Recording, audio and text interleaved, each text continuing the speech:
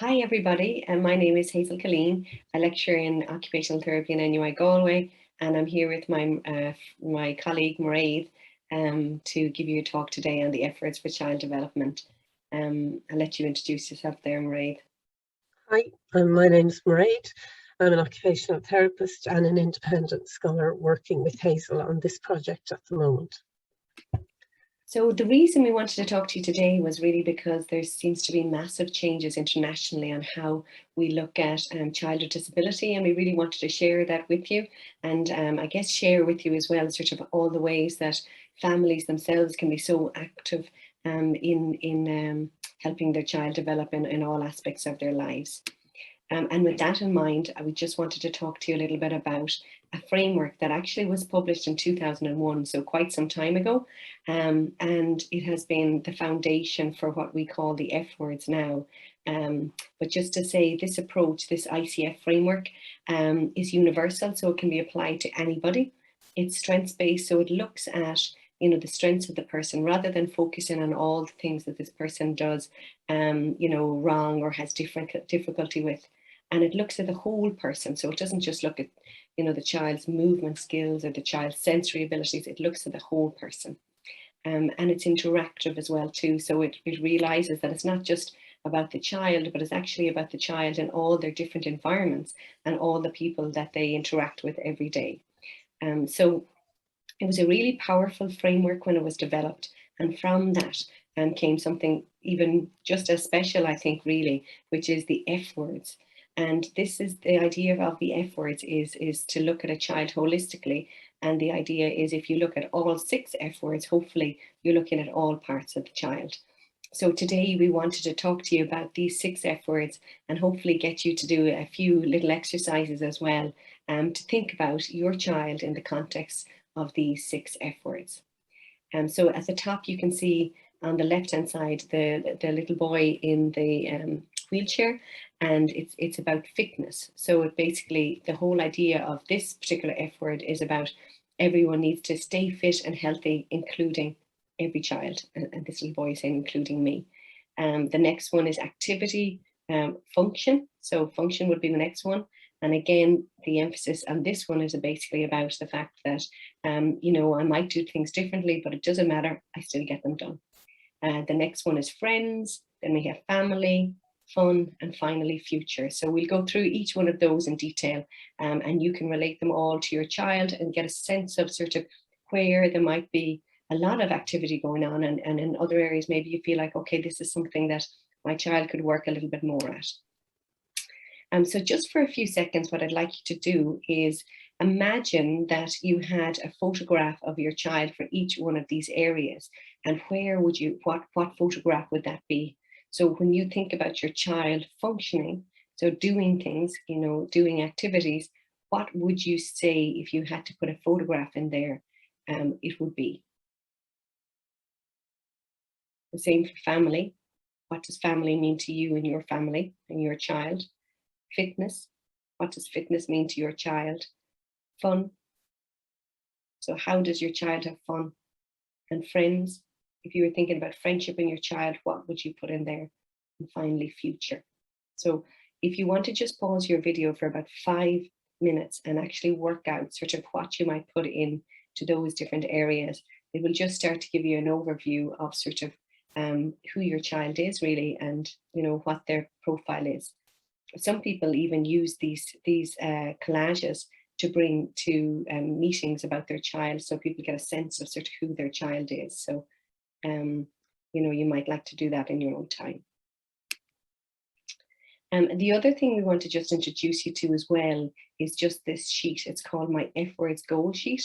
And again, so as we said, kind of to try and develop in all areas of the child or child development, it's really helpful to think about each one of the F words and maybe consider a goal. So maybe it might be, okay, you decide, well, actually for my child and for us where we're at now, we're going to just pick 2 goals. Or for other families, maybe they'll have, more time to dedicate to this.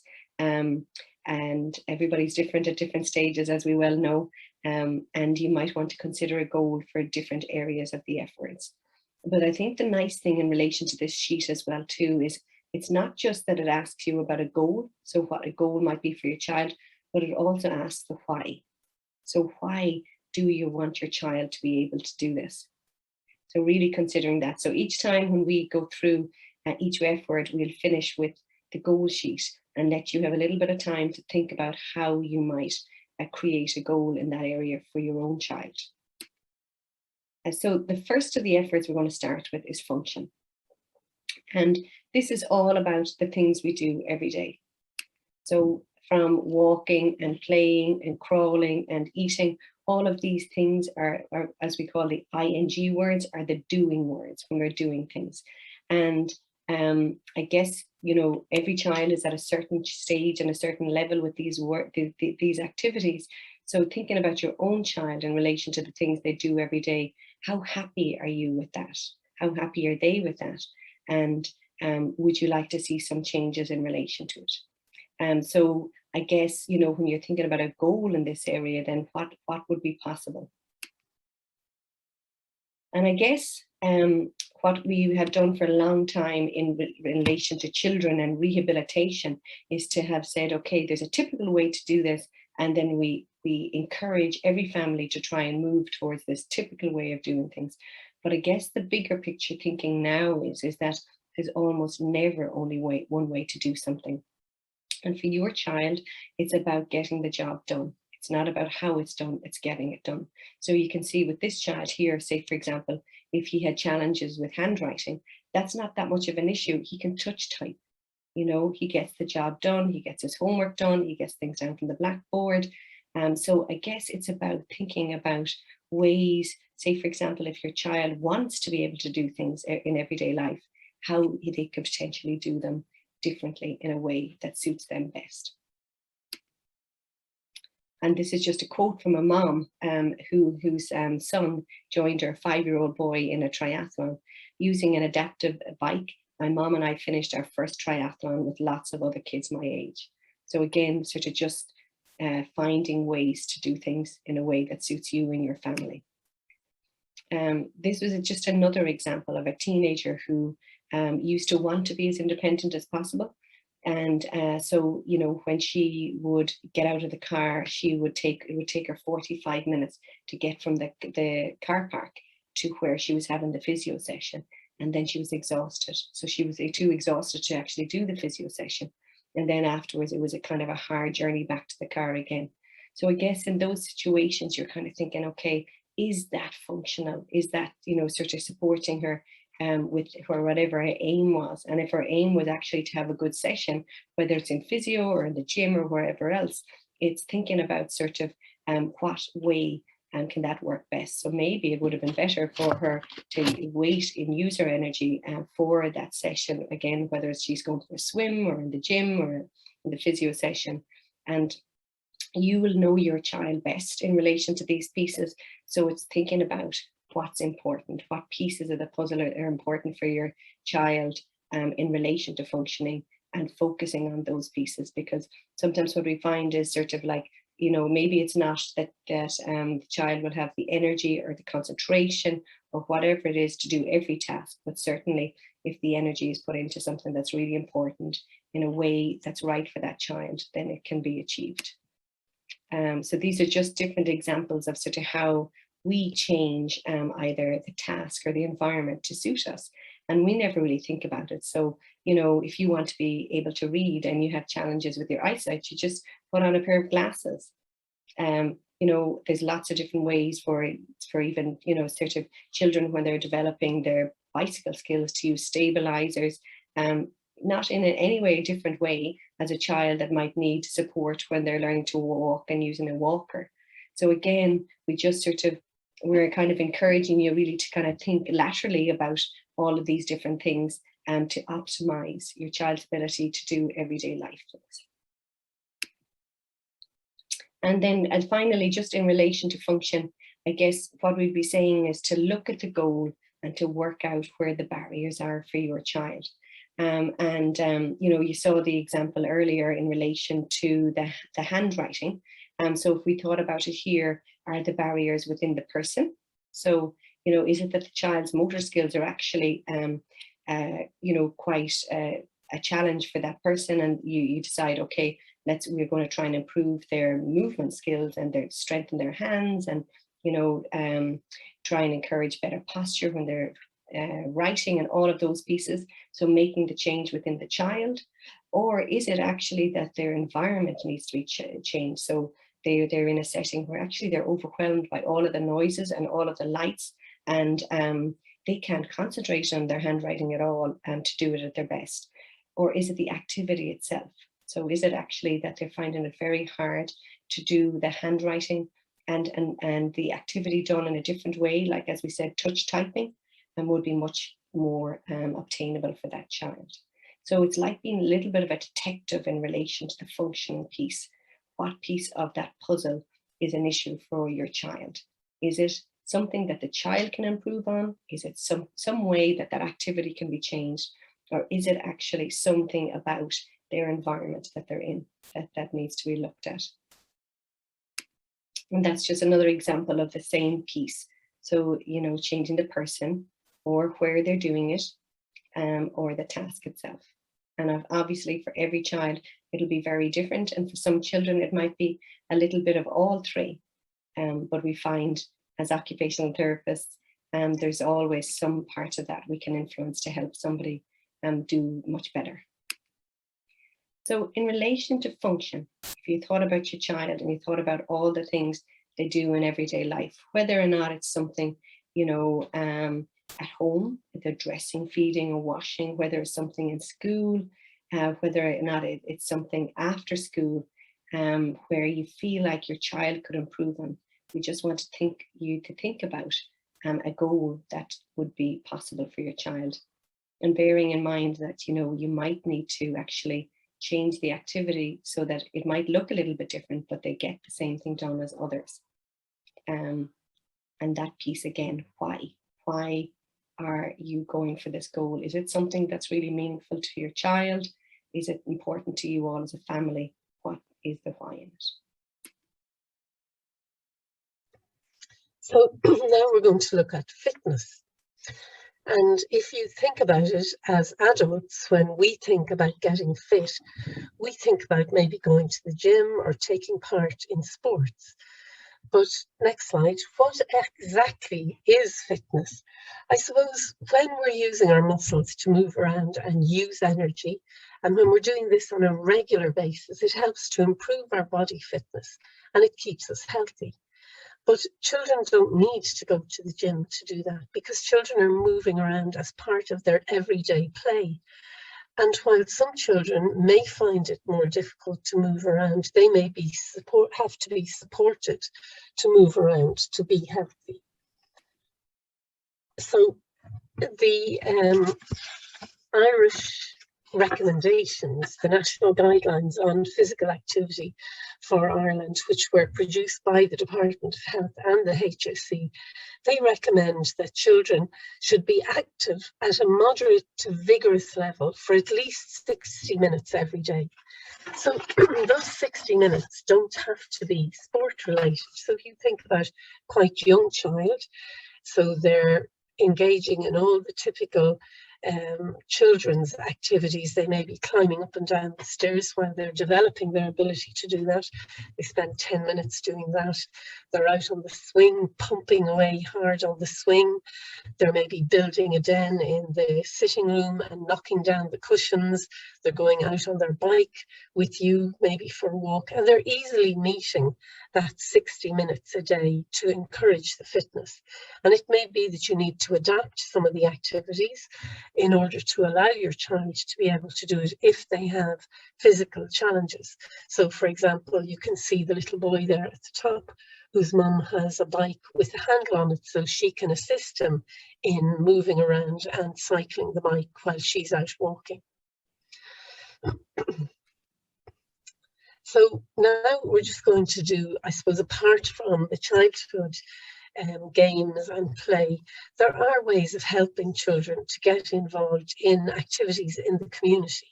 So in addition to mainstream classes and activities, which many children with additional needs will be able to participate in anyway, there are many specially organised activities to cater especially for children with different needs.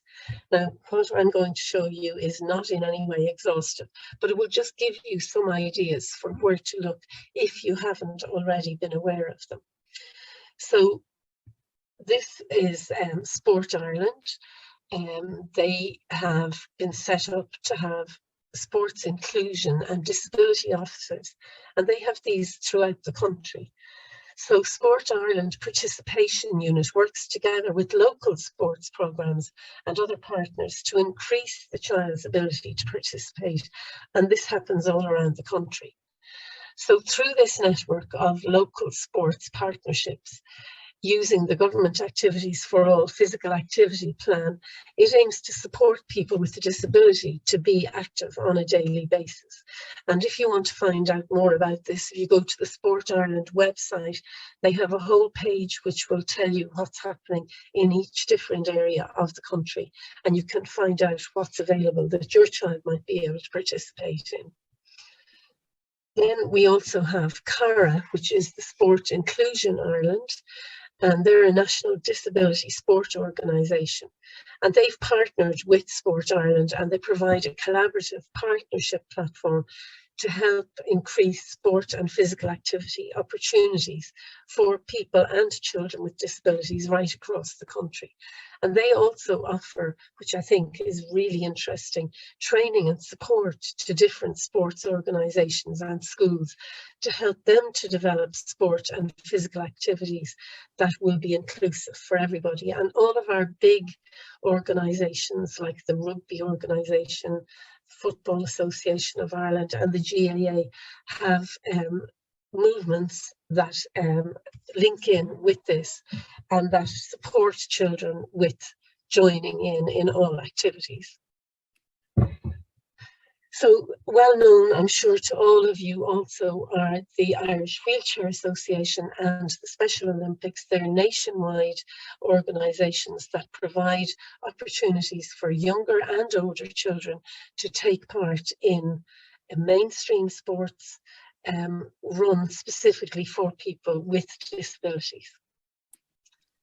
So again, looking at the fitness goals, it's thinking about what are the things your child would actually enjoy being involved in to keep them fit, as well as being opportunities for them to mix and meet with other children, and think about how you can go about that, finding organisations to support them and clubs that they could join locally and meet with other children. And again, as Hazel said, thinking about why. Is it specifically because your child really wants to do that?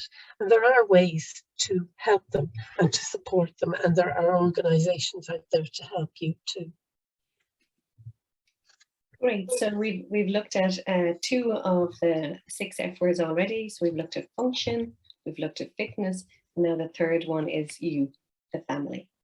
And I guess, you know, kind of what can we say about the family? You know, they're the core essential part of the child's life, and anything that's productive that happens with that child happens, you know, as a result of your support as well too. So I guess from the point of view of you linking with services, it's a really important and powerful part, because obviously every family is really different. And for you as the parent, you have a very special role with your child in relation to advocating for their needs. And obviously we know that it can be stressful and it can be challenging, kind of dealing with lots of different personalities. But I guess the whole idea is that you as a family are represented and as much as possible get what you need. So just a few myths about family-centred services. So programs and services are already family-centred.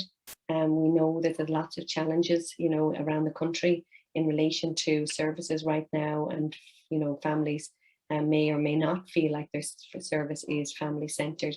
But these F words sometimes are very helpful in helping a family kind of frame what they want and where they are in relation to different areas, because it's nearly like an overview of sort of where your child has a lot going on, and other areas where maybe they don't have as much going on at all. So apologies, now I just see my battery is about to go here. This is the next myth. Families always get what they want. Service providers may have to go against what they believe professionally to satisfy a family request. And of course, that's not true either. So it's not about it's not about just one person winning. It's actually a partnership. So it's about, you know, you working together. You will always be the expert on your child, and then the therapist the expert on their particular type of therapy. And the last one, then, families must be responsible for making decisions or doing things that they would rather have service providers do. And again, this isn't for every family. So, for example, some families would feel like they may have a more of an assertive or an outgoing personality, where they feel very comfortable advocating for their child, and others would prefer if they had somebody coordinating that for them. And either is absolutely fine. It's just actually the awareness and knowing that sort of who you are as a family and what would work best for yourselves. So again, this is just talking about you being an advocate, and families, when there is a child with additional needs in the home, can have huge amounts of, extra activities that they have to do, whether it's going to therapy, whether it's worrying that they're not going to therapy, whether it's sort of supporting their child in different ways. And I guess it's easy to say be an advocate for your child, but I guess maybe there's times where you'll decide, right, I'm going to be an advocate in this situation, and some other situation might not be as important. So again, we're still at the beginning of this year, and it might be nice to think sort of as a family, sort of what is important to you, and what do you think would support you as a family over this coming year, and maybe balancing how much you can do. So advocacy can be challenging, and we all know that, but I guess we're kind of thinking about how it can be a positive experience for families. So some things that you can actually do, so some strategies would be to prepare well. So it might be that you're not focusing in all areas, but say, for example, if you went through the 6 F words and you felt actually there's one of these 6 F words that our family has a particular issue with, and this is the one that's important to us this year. And it might be that you do what you can as a family, but also you think, okay, if I'm going to interact with services, this is the one that's important to us. Now, even going and knowing that, you're halfway there, because you know what you want to focus on. And, it would be a wonderful thing if this is really important to your child as well too. But if you can prepare well for these meetings, say, for example, if you are meeting with somebody, and provide clear and relevant information, listen respectfully, and follow up after meetings to see whether or not sort of what you've asked for can be an option. Say, for example, if you've only a certain amount of sessions, well, then maybe you can advocate for those sessions being focused on a particular area that you are interested in. So the family one, again, the family one is about all of you. It's about keeping your child well within the context of a supportive family, but the child can only be well as long as the parents are well as well too. So it's thinking about all of those different aspects. And like this talk today is a 1 hour quick talk on all of the F words, but sometimes we talk for an hour on this whole area of family, because it's just so important, because you are the essential ingredients of your child's life. I guess you can think about sort of as a family, maybe what would a goal for you be this year?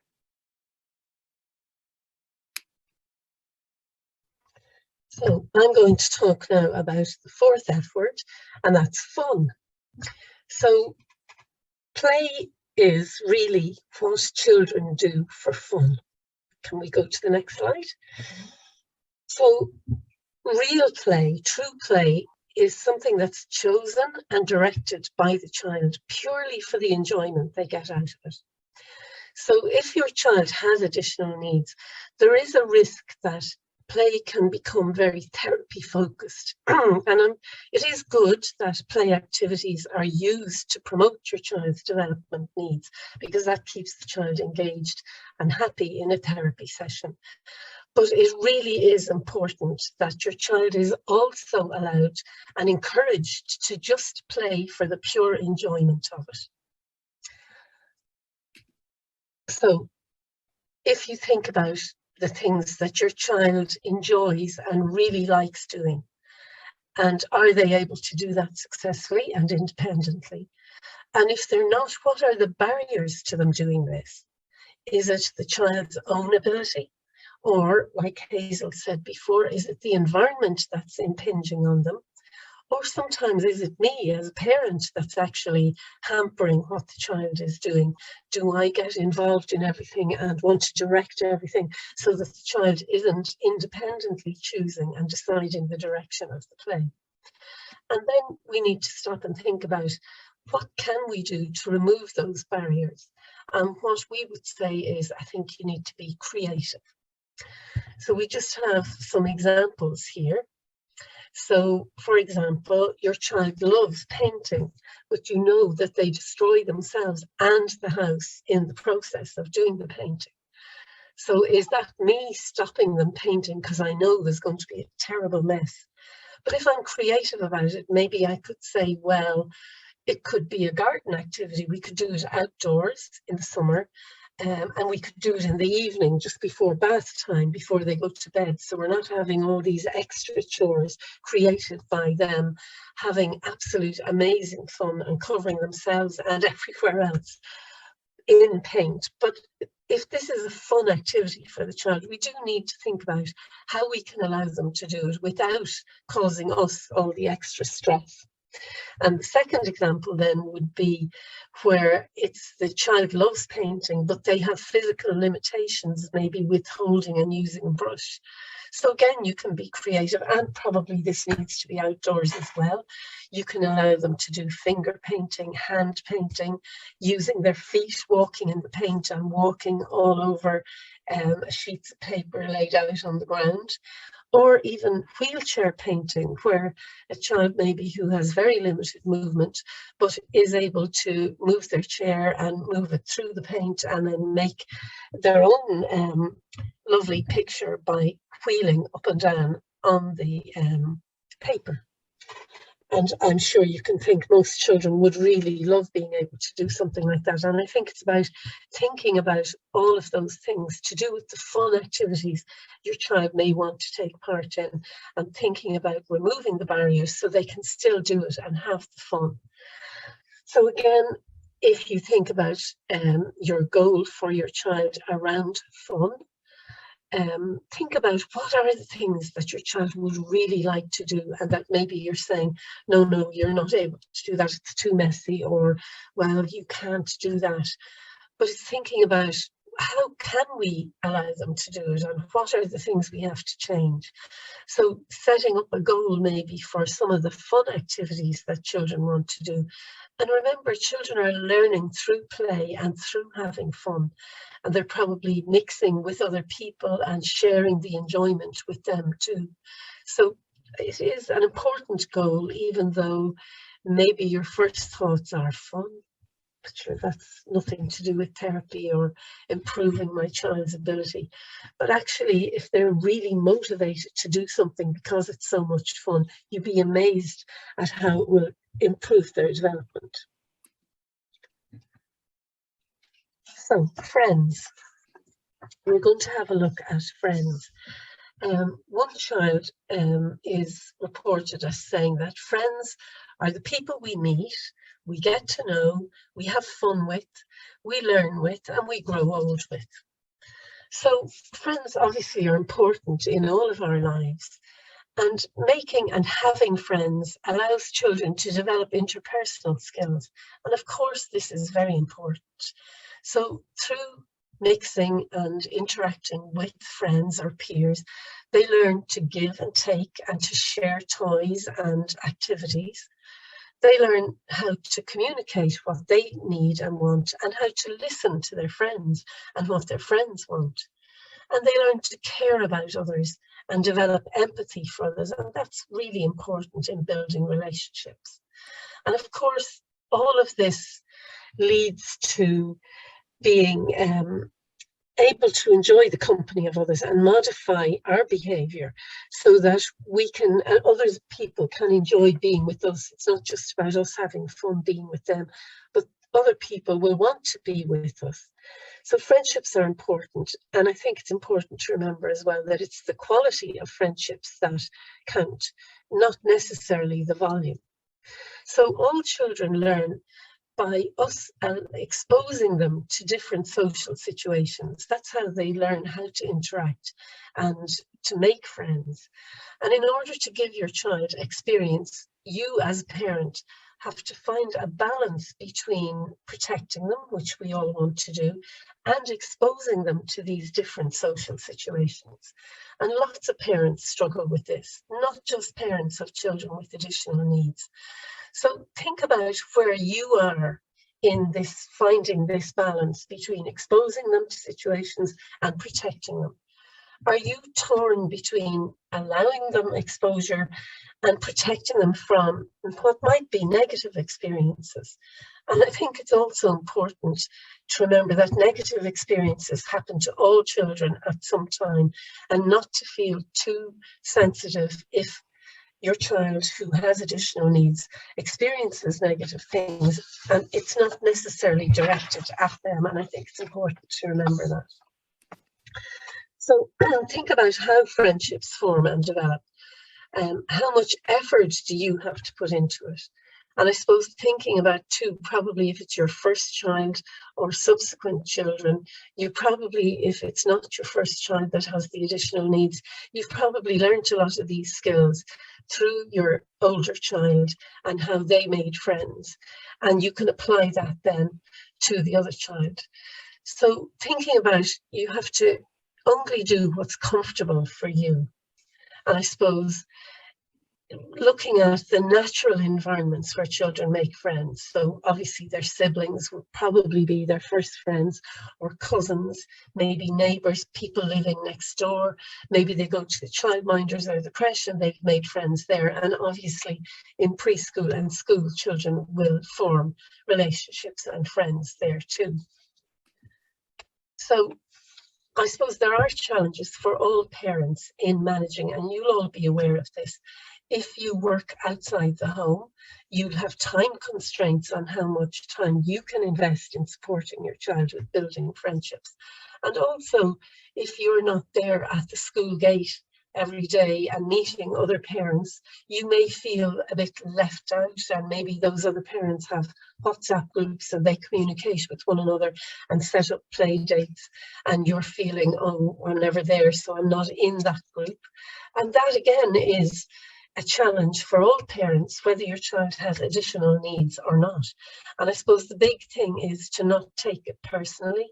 There's school gate politics and hierarchies and dynamics happening at every school gate and in every school every day. And I suppose it's about trying to take a step back and look around, and you probably see there are lots of other parents in the same position as you. And maybe that's your opportunity to form alliances with some of those parents. And I suppose one of the things that parents often are upset about is if their child who has additional needs doesn't receive maybe the invitation to the birthday party or even for play dates. And we can go on to the next slide. So I suppose it's thinking about, if your child has additional needs, you need to maybe foster their friendships at first, maybe put more effort into that. And one of the ways would be maybe invite not just a child to your home for a play date that your child has maybe got friendly with in school, but invite the parent and the child. And they come to your home then, or to the playground, or to other places maybe that parents go, maybe a play centre. And then I suppose what we're saying is you have to remember that not everybody is used to a child with additional needs, and they may have no experience and they maybe feel they couldn't cope with a child who has different needs. So by inviting them into your home and letting them see how your child is and how you deal with your child, you're demystifying this, and you're helping them to feel competent that, yes, I could have this child in my house for a play date, and I would be able to mind that child. And I suppose it also applies to family, because maybe some other family members are not confident and would be afraid to say, oh, I can mind your child tomorrow, or let them come and play with the cousins, because they'd be worried that they wouldn't be able to manage. So by you cultivating those friendships with parents and children, I think you help to demystify that, and that helps get over that difficulty. So if you look then again at this one, I think it is a really good goal, because we know friendships are important and we all need friends in our lives. So I think it could be a goal of, how am I going to support my child to make friends and sustain friendships, and put it in, write it down as a goal, and maybe even talk to your service or the school about how they can support you with that as well. Yeah, so it's interesting, isn't it? Because so many of the F words, they sound so simple, and once you start to talk about them, you kind of realize kind of how much depth is in each one. So there might be, you know, for each family that's watching this, there might be one particular or two particular F words that you really want to focus on. Yeah. And so the last one of the 6 F words is future. And I guess you know, professionals have worked so long with people that they have now gone into adult life, and now they can ask the adults with whatever kind of additional needs they had about the services they had when they were younger. And you know, some of those adults now would say, well, you never prepared me for the future, and you never talked to me about the future, and you never kind of took my dreams into account. So again, sort of thinking about this piece in relation to all children. What about your child? What would they like in the future? And this is just a small little bit about resilience. So about the fact that it's defined as a good outcome in the face of adversity. So we're sure things probably have been tough at times, and it's the capacity for positive adaptation, allowing you to keep the balance despite things being hard. So again, it builds capacity for children early in their lives to be able to deal with whatever bumps in the roads or adversities they come across. Making children resilient is an investment into building strong, healthy, productive children and adults. So how is resilience built then? And the exciting thing is you're not born with it, you can actually build it. And the key active ingredients are the relationships that children have with other people in their lives. So I guess thinking now about sort of who are these other people in their lives? Is there, you know, parents? Are they close to yourselves? Teachers, coaches? Is there an opportunity for them to be close to somebody that you might know in your immediate circle or in their circle, that maybe you could encourage more of, you know, say, for example, if you have somebody who teaches them swimming and actually would like support them more from a swimming point of view, is that going to be an option? Are there particular teachers in the school that you get on with and actually could support you more in relation to these F words? So it's just about you kind of considering those pieces and reaching out so that your child has as many supports as possible with adults. And as a result of this responsive interaction, children can build an adaptive toolkit, they call it. So learning how to cope and adapt their skills, how to stop crying, how to regulate their behaviors and defer gratification. So to know, okay, I'll do my homework now because I'll get this later on, and be able to do those pieces. And as they get older, they learn then to monitor situations and solve problems. And that's a really gift to give to children, to be able to kind of create that resilience. So what helps them be resilient? And part of what helps them be resilient is actually being aware of who they are and what they're good at and what they might have challenges with. And before, the focus used to be always on, if anybody had additional needs at all, let's write a list of the things that they can't do, and let's see what kind of things we can fix in that child. And that's not the way things are now. People are, you know, internationally are thinking different about it. And it's all about recognizing the strengths in a child and building on those strengths. So again, not only just recognizing them, but actually helping the child to become aware of what they're really good at. And when you're thinking about this idea of like F words like fitness or function, again, in relation to all of those different areas, it's like, okay, well, what is this child good at in those areas? In relation to fitness, what, based on what they're good at, what could they do so that they could enjoy that as well too? And part of actually resilience is also being able to ask for help when you need it. Not expecting that you need to be able to do everything and feeling ashamed if you need to contact somebody to say, listen, we need some help with this. That's actually part of being a real resilient character and knowing when you need support.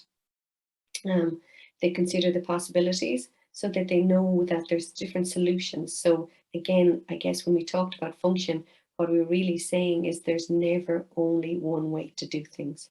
And it's keeping that in mind when, depending on whatever those extra needs are, your child might want to have a particular outcome, and maybe you can do that in a different way.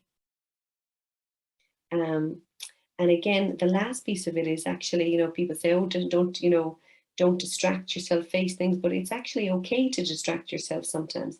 But you also need to have those leisure activities or those activities ready to do that. So kind of as well as sort of fitness being fabulous for your body and your muscles and, your physiologically, even for your mental health, it's really, really good. So, if it's physically the child is having difficulties, say, for example, with walking, well, do they have better fine motor skills so they can, learn to play the piano or learn to do art, or, what is it that child is strong in? And for every child, they absolutely have strengths. So thinking, your child best, you are the expert on your child, what would you say their main strengths are and how can you build on those areas? And just to give you an example, so there's so much on the internet now, but there's lots of things like self-awareness workshops where you can actually look at, sort of get the child to fill them out. And these are just examples. I usually do well in these areas. I sometimes need help with this. My favorite thing about school is this. I feel more comfortable at school when teacher and given examples. So again, there's lots of different quizzes, videos, all of those things around a child becoming self-aware of themselves.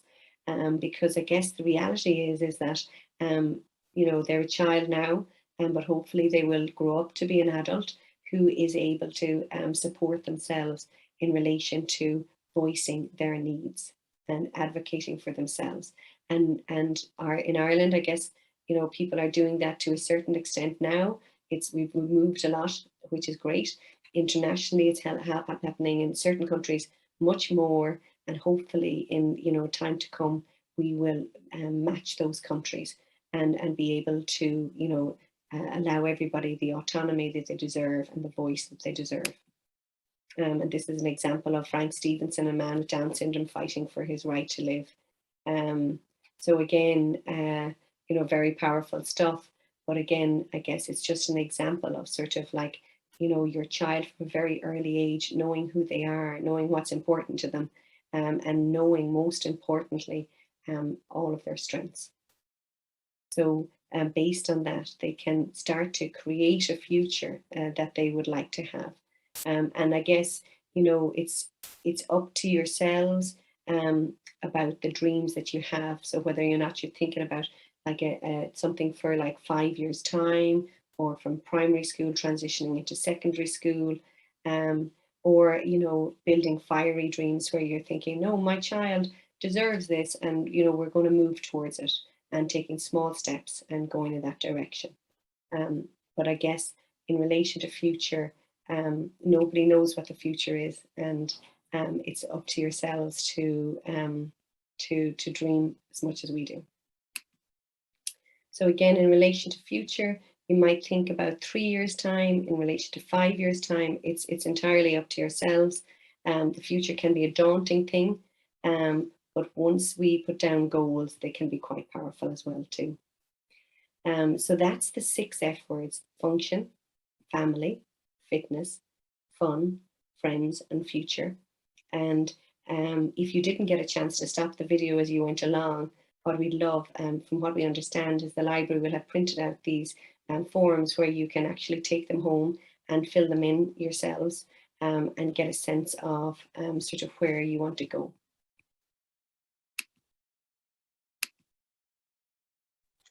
So to summarise, we just very quickly go through each of the 6 F words. So fun.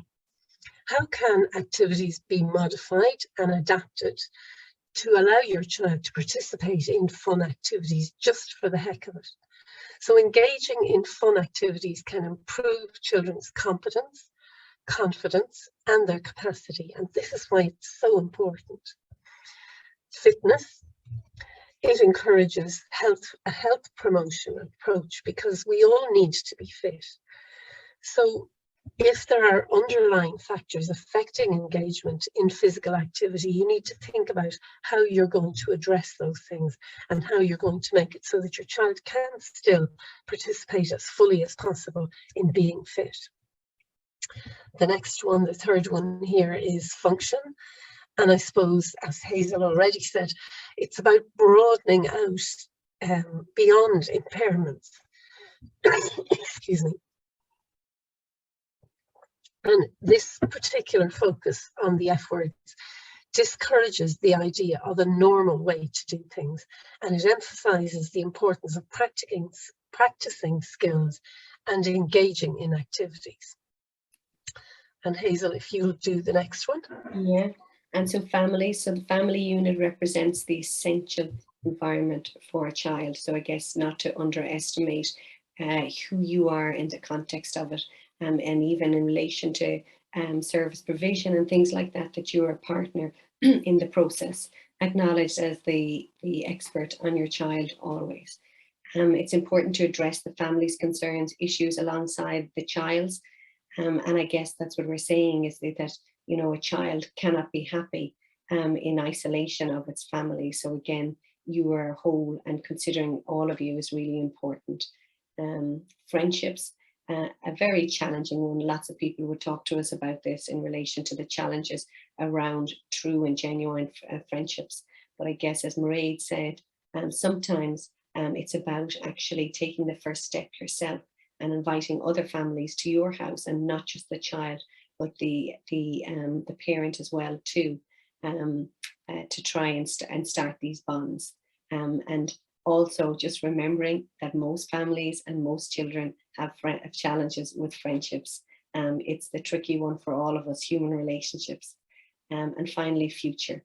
So this is the idea of considering sort of where you're at now and where you would like to be with your child in the future. And you can think 3 years ahead, 5 years ahead, and try and sort of maybe just set a goal that you would like to go towards. And I guess all of this will support you as well too, you know, when you go to see a service provider, having a sense of sort of who your family is and what you want for you and your child and their future. So that was a very quick overview of the F words for child development, developed by Peter Rosenbaum and his colleagues in CanChild in Canada. And we're delighted that you are here with us today, and we want to just thank you for your time.